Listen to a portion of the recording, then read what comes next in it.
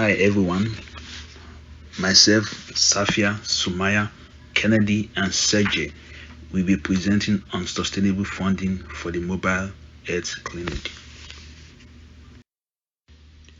Just a quick overview. We are going to briefly talk about our innovation idea, explain what sustainable funding is, our multimodal approach, the timeline for implementing our idea, and criteria for success. So what is sustainable funding? Sustainable funding can be defined as a revenue stream that can adequately support a program's goals over a long-term period.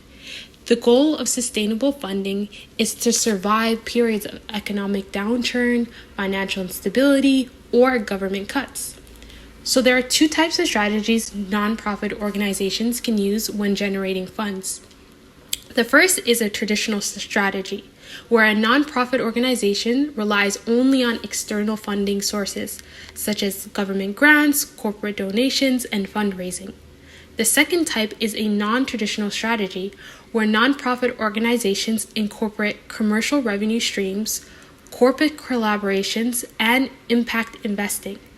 But before we understand the best funding strategy, we must identify the needs of our mobile health clinic. The funding needs of the mobile health clinic that we have identified includes medical supplies, equipment, PPE, administrative sources, and educational material. As the clinic will operate in collaboration with MNLCT, each stakeholder will contribute resources to operate the clinic. Therefore, there is a significant cost reduction due to MNLCT providing their physical spaces to operate the clinic and nursing students providing services that are supervised by the Humber College staff. Thus, the majority of the remaining costs are associated with medical supplies and PPE. The purpose of our innovation project is to create a sustainable funding model that meets the clinic's remaining funding needs. To sustainably fund the mobile health clinic, we will be taking a multimodal approach. We will briefly describe the approach as a whole, and then specifically look at the details of one of our strategies within the model.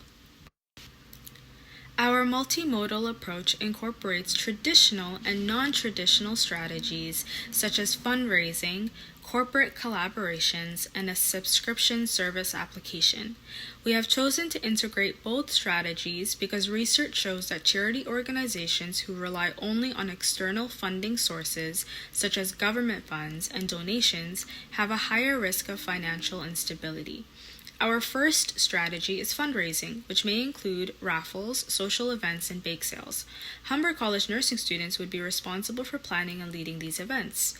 Next, corporate collaborations involve forming partnerships with for-profit organizations that have similar missions and values. The benefit of these collaborations is that corporations can provide more than direct monetary support.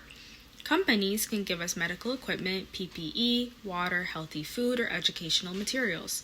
For instance, a corporate collaboration we would suggest is Loblaws, who owns the grocery store and pharmacy chains.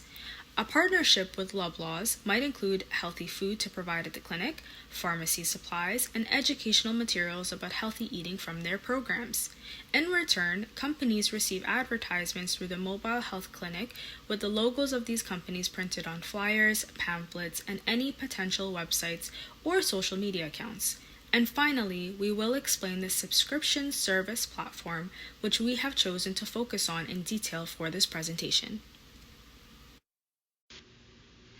Our subscription service idea represents a commercial revenue stream based on recurring donations from subscribers on a monthly basis. Many nonprofit organizations have the option to set up a regular donation on their website. However, we want to extend this idea by showing gratitude to our donors with exclusive offers and benefits. Benefits will be provided through corporate collaborations with community organizations who may offer benefits in the form of coupons, sales, free products, and any other benefits that can be arranged. Interested users will subscribe to a monthly donation depending on their preference. The subscription service will be offered online through a website and/or mobile application-based platform. In order to create this platform, we are suggesting partnering with Humber's Science and Technology faculty. Similar to how nursing students are offering their time as part of their clinical hours, the creation of this subscription platform could be incorporated as a course assignment for the science and technology students. The benefits of this approach are that it creates a recurring revenue stream that will provide long-term funding and promotes collaboration among Humber faculties and community organizations. A few risks to consider include the time and resources required to create this subscription platform, which we have attempted to mitigate as much as possible by incorporating the science and technology students. And there is a risk to relying on corporate collaborations for the benefits offered to subscribers. There is a chance that the mission and values of organizations will be misaligned with those of the mobile health clinic, limiting collaborations. However, we have attempted to mitigate this risk by using other sources of funding, such as fundraisers. Next, we're going to share our proposed timeline that includes key milestones, required resources, and length of time estimated to complete each stage of the project. We suggest that funding begin with fundraising such as raffles and events to raise initial funds necessary to get the mobile health clinic up and running.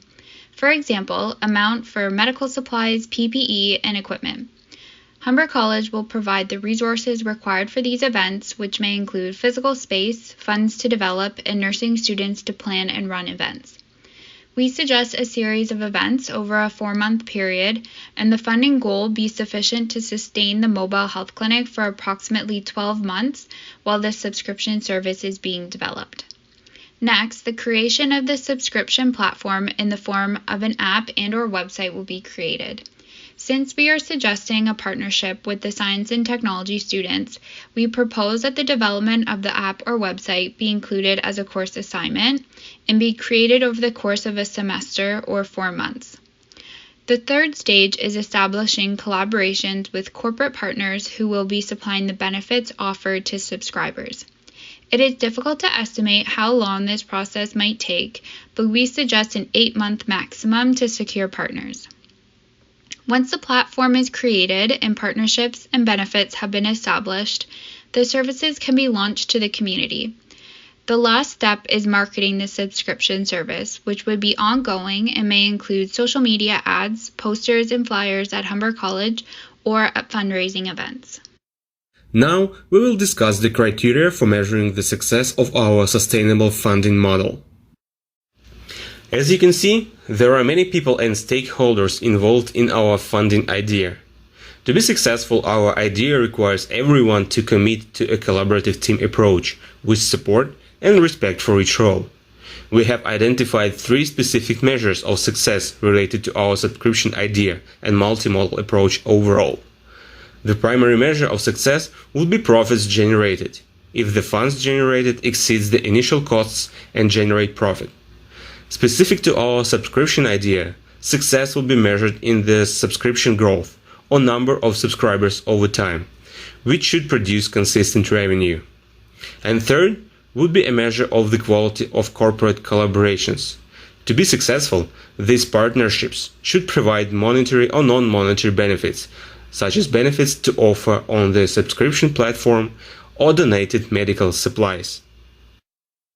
Therefore, by implementing a multimodal approach to sustainable funding to meet community needs, we hope that we can inspire nursing students to be future leaders and global citizens. Thank you all for listening. Now we welcome any feedback and questions.